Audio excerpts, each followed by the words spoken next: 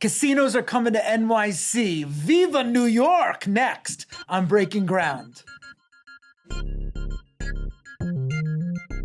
All right, boys. So maybe we have to start with explaining Viva, because most of our audience has never heard of Viva Las Vegas. oh well, Viva Las Vegas. It was an Elvis song. Elvis return album. Yes. His gig in Vegas. All right, so we got news, right? There are going to be 3 gaming licenses for downstate New York. Every developer wants one. Just to explain, there are currently 2 casinos in downstate New York, but they don't have table games right now. One in Yonkers and one in Queens. And rumor has it that those 2 are probably going to get 2 of those 3 licenses.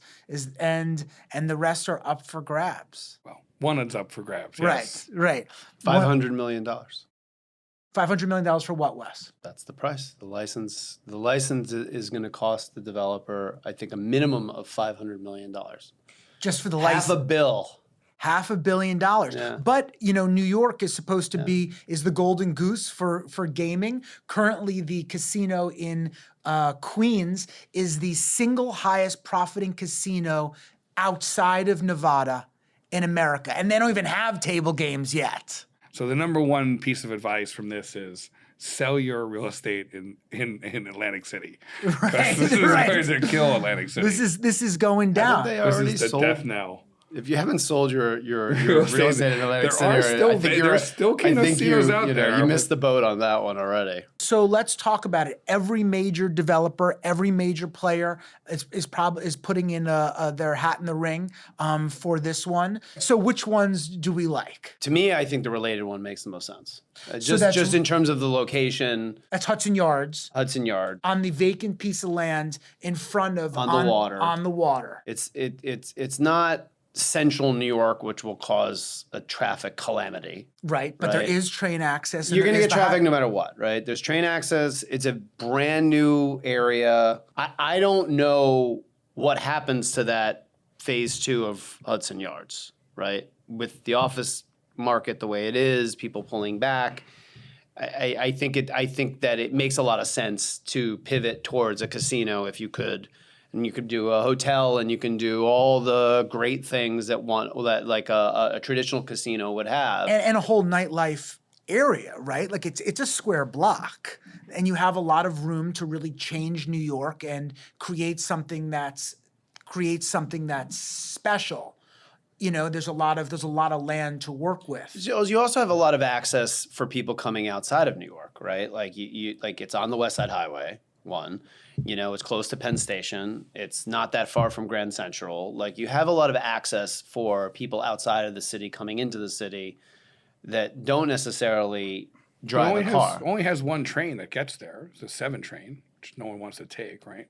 Well, but they can add a shuttle. Like it's the infrastructure is there. Well, or more cars from the 7 train. At the end of the line. Because it is going through Grand Central, right? And you could do anything, So if Hudson Yards is at one end of the spectrum, the other end of the spectrum is Coney Island. Right. Absolutely. As far geographically, I just don't know if that makes sense. So that's Thor Equities on Coney Island. They already own a big piece of the land. And they own a lot of land out there. They own a lot of land out there. Also could be a very big project in that they could... it would revitalize that specific area, that's for sure. I mean, in terms of an area that great needs Atlantic to be... City is. Right. Yeah. Right. There you go. My issue is that I think that that's going to be the least draw for a project like this. Like in terms of people coming to the city, even people in Manhattan, you have to go all the way out to Coney Island to go to the casino. I think there's going to be less interest in making that trip. And that's already a very established residential neighborhood. I mean, which you're going to ruin. Right. And I think Citi Field, again, it's sort of out there. If you're in Manhattan. But the Queen, I also think there's an issue though with Citi Field. So Citi Field you have to get 2 currently competing developers on the same page because I think Related owns some land out there that Steve Cohen would need to So just to review this, buy or go around or hold on for partner a with. second. I'm not, you know. Just to review, Citi Field is Stephen Cohen. He owns a big parking lot that used to be part of the original Shea Stadium, and that is where they would put it. It's also a very big location. It's also the Bronx is no, this is Queens. But it's a location that would be boosted. You know, a lot of jobs, obviously, into this location. And but to Wes's point, I don't know if he owns all the land. I believe the parking lot is actually land leased. Steve Cohen should talk to Amazon, though, before he starts doing anything in Queens. Okay. Cool, they know what they're doing. What could go wrong? Listen, if you want to recreate the Vegas Strip, why not start in Times Square? Right. So we got SL Green, 1515 Broadway. They are looking to do a vertical casino, 8 floors in their building that's currently occupied by Viacom. I think it's interesting. Would you, as a city dweller, want to go there? No New Yorker goes to Times Square. Just in case you didn't know, no New Yorker goes to Times Square. And we do everything we can to avoid Times Square. This would just be one more reason. Right. I mean, and it would never be like, I think in Philadelphia and in Boston, where they have done other city casinos, they've seen huge drop-offs after the initial fun of the casino was experienced. I also think one of the things that would make a casino in New York special would be the other things that go along with casinos, events, things of that nature. And I don't think that you can really do that in a building in Times Square. I think you need a open space, and that's why I think the Related Hudson project Yards next to you could do a smaller version of a Vegas style casino, New York style, but you could still have a theater and you could still have events and bring attractions in. Well, it's also next create to a great hotel, create like more of a nightlife. But it's also next to Jacob Javits Center. Right. So we're talking about bringing in, more trade shows and whatnot, and having this entertainment section there. It's also a really nice area, right? Like, I mean, it's all brand new. It's all very high end there, and I think this that will you're ruin it. No, I think you could create a very nice high end experience there. I think you that could. everybody can access With fabulous restaurants on the water. Exactly. And they could. But let's talk about. And it really would connect the Upper West Side to Chelsea and those kind of connect those areas. It would be with this major entertainment district, in the middle. Let's talk about 1515 Broadway, because I think. It is a location that a lot of people would say, maybe, it does look like Vegas already on Times Square. I just think it would have the wrong element. Like, I just think it would be. What's the wrong element? I think it would be low end. You really don't like Times Square. No, neither do you. You just said you hated But I'm a New Yorker. New Yorkers don't like Times Square. You mean these? So it would be a driver for tourism. For tourism, yes. And that has to be the biggest. And I'd rather just stick them all in one place than have them spread out. Okay, well that's different. But you're going to have tourism if you have a casino in New York done partially well. Right, it's gonna drive tourism to there, whether that's in Hudson Yards, Times Square, or I think your stadium idea, your theater thing is there are already theaters in Times Square. Right. No, there's theaters and bars. Celine Dion. And it would be it would probably be great for the, there'd be more vertical stuff. I mean, there are more vertical restaurants. I bet it would really expand a lot of stuff. I think a lot of these office buildings that are hurting on their office space in the Times Square area might devote the first 4 floors or the top 3 floors to amazing restaurants. So if I'm a politician, okay. Right? And I'm sitting there saying to myself, okay, we're going to do a casino. Here's a building in Times Square that might also be good for a residential conversion in some form. Obviously, so a lot of things have to happen. Aren't a lot of those, right? But I would say that you'd prefer more of a residential building in a building like that rather than a hole in the ground with nothing. I don't agree at all. with you. Converting big office buildings into residential buildings is not easy. It's and impossible. There's zoning problems. The state would have to get involved. And it's in the middle of Times Square. And it's in the middle of Times Square. Yeah, you want to make people live there? You want to make people live there? There's residential buildings. I once lived on 52nd Street and 8th and between 7th and 8th, and it was a nightmare. Actually, I think the great alternative to Times Square is Herald Square. Right. The governor has a master plan for redeveloping Herald Square and everything around Penn Station. Herald Square has been a dump for forever. We got Madison Square Garden right there. Correct. And this project will be led by Vornado. That's right. It already owns most of the area. Right. And is prepared to invest billions into the area. There's already been a master plan rezoning. Penn Station is right there. Correct. So we have tons of transportation. That's right. The bus station is only, 6 blocks up or whatever. And with the new connection to between Grand Central Station and Penn Station, now anyone from Long Island will be able to get there. I think actually Herald Square is the logical answer in the city. Is super interesting. That revitalizes, has new development, revitalizes area, wouldn't add to the mess that's Times Square. We'll make a mess of Herald Square, but how many trains go to 34th Street? And those hotels have been looking to be revitalized for many, many years, and it's like a true New York. It's a New York institutions. A lot of these, correct. A lot of these was a New Yorker hotel. Like that's right. There's and that neighborhood could really use it. You're right. I really like Hudson Yards, but I really like. I think Herald Square is a really good option. Has the public transportation infrastructure, can use the redevelopment, is part of a master plan for the governor and the mayor. It's a logical choice. It's a really good choice. Let's talk about the worst choice. Putting it on a casino on top of Saks Fifth Avenue in the middle of 46th Street and Fifth Avenue. I think they were just that's worse than doing it next to the UN? Oh, right. That's the other terrible one. one. It could be bankrupting whole countries. Yeah, Soloviev has that huge site. If you live in New York, you've driven past it 100 times. It's the largest open parcel of land in all of New York. In all of Manhattan.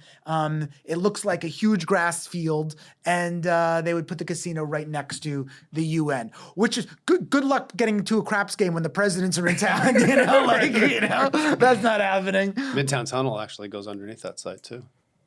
There you go. That would be fun for construction.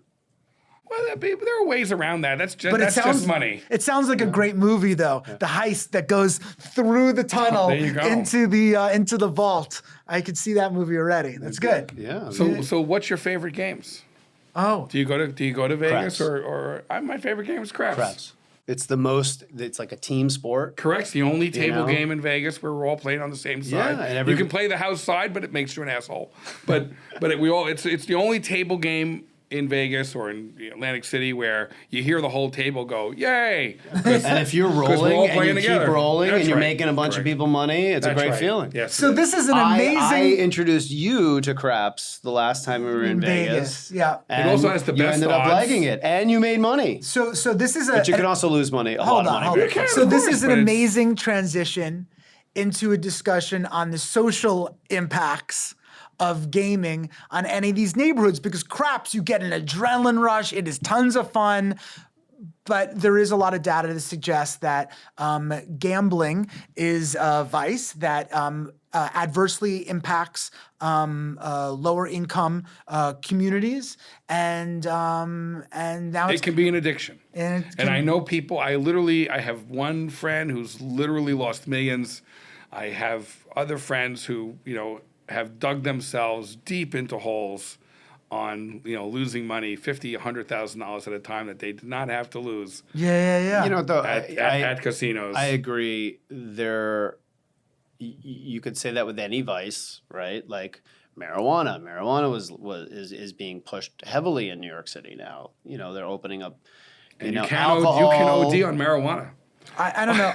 In my We've youth, had a laugh from the technical staff. in my youth, I tried and I wasn't able to accomplish it. Well, I can tell you how you could try. You could be 100 pounds and someone hands you a 5 milligram gummy that's 50. And you will spend 5 hours at Roosevelt Hospital curled up in a ball thinking you're about to die because you know there are some people when they take weed, they get paranoid and they think it's going to kill them. Well, 50 milligrams for even a 150 pound person or 200 pound person could put you there. So there's a lot of things that can be abused, right? But like anything, we have sports betting, we have marijuana, we have alcohol. Again, like people are going to do them anyway, right? And I think you have to marry that with the financial implications that are positive: jobs, tax revenues, revitalizations of areas that I think will outweigh. So I'm gonna play devil's advocate for a second. In my opinion, I agree with you, and I'm gonna play devil's advocate. The jobs, technically, like the normal dealer gets paid about $27,000 a year. So we're talking about these low income jobs. In New York State. That won't be the case in New York City. Yeah. It will all be unionized. It'll be a union, right? Because Prevailing wages, all that and stuff. the union that's was not hit gonna- really badly. That it's going to be the hospitality union, and that union was really crushed during COVID. So this would be really good for those union jobs. When most people go to a casino, what it ends up doing is they spend the money in the casino and then they don't spend it in retail, or they don't have the expendable income to go to other places, especially to those people that really use the casinos, not once every 8 months. But I know that's not the case for my husband. But right, every dollar I win, he goes and spends it. but you win. Most people don't win. I think that there's going to be some people that go to the casino and some people that don't go to the casino, but there's going to be more people in Manhattan wanting to be in Manhattan because of the casino, whether they're there that night or not, right? There's going to be hospitality within that casino. There's going to be restaurants, there's going to be theaters, there's going to be whatever. And that's why I think doing it in an area such as Herald Square or Hudson Yards is better than Saks Fifth Avenue, where you're going to have 3 floors and whatever, and that's it. You're just going to have gambling, right? I think that this is a great opportunity for more of an entertainment area in Manhattan rather than, hey, let's just do a casino. Because if you do a casino in Manhattan, I promise you it will be the focal point casino for a very long time of the world. It's in Manhattan. Right. And we need... It's like a once-in-a-lifetime opportunity to be able to create that experience. I think it's just a massive positive for the state and for the New city. York is missing Thunder Down Under. I mean, it's a show that needs to be brought. Thunder Down Under. It's the male strip show in Vegas. The Thunder Down Under. It needs to be brought to New York. It's incredibly important. We're missing it culturally. It's important. We need another Circus du Soleil. Are you gonna audition? Oh yes, I'm definitely auditioning. This is just what they want. 45-year-old. I promise you, I will submit your application for you. Amazing. You heard it here first. I'm gonna do the real estate broker thing, whatever, like they have the handyman and like whatever, like the village people. Yeah. So I think what we're going to see over the next couple of months is that they're now going to submit their applications to this committee, this 3-person committee made up of like 3 different attorneys from different walks of life. Then they're going to submit their suggestion to a bigger board and a neighbor that controls a neighborhood, and then someone's going to pick, and we're going to have a new casino in New York City in a couple of years. How long do you think it takes to build that? Well, if you're building a 5 new years? building, at least 5. Yeah. But that's part of the reason why the 2 existing sites are probably going to get picked, because they are going to have a casino there in the next 24 months. Right. There's going to be a lot of different city offices involved in that. Getting that approval, but it's already happening, and they've structured it in a way that even before this committee of these 3-person committee picks a group, they already have heard from the the community boards and whatnot of these. I can imagine that neighborhoods. every community board is saying, absolutely not, I don't want this here. But the community board doesn't have any. The community boards are just giving guidance. They don't have the power to veto anything in New York City. Sure. No, and this is New York needs the money. These subways, we need money for the subways. Like we need money for infrastructure projects that are really important in New York. I think to your point, Wesley, there's already gaming online, right? There's no reason why New York shouldn't reap the benefits of it and create this amazing new neighborhood. I'm looking forward to having fun there, and because finally we'd have a casino with no smoking inside. Right. That'd be the only place in the country. Can you smoke in Vegas? I guess you can. Yes, of course. And for those of us who don't smoke anything, it's terrible. Yeah. It'd be great to go to a casino with no smoking. I bet the bar owners fought against taking smoking out of bars, and it exploded their business because there are a lot more non-smokers than smokers, and they didn't realize non-smokers weren't going to bars because they didn't want to smell like smoke. All right. And so for the camera, one last time, let's go. Viva New Las York! Vegas. Oh, no, New York, New York. All right. Thank you very much for joining us. I'm Jordan Hawk. This is Wes Stanton. This is Lou Madigan, and this is Breaking Ground. Please like us in the like section and write any comments you want to say about what we're saying. Also, if you have any suggestions for episodes coming up, we'd love to hear from you. Like us in the like section. You're sound new. like this is your You're first new. hosting job. Like you're new to the internet.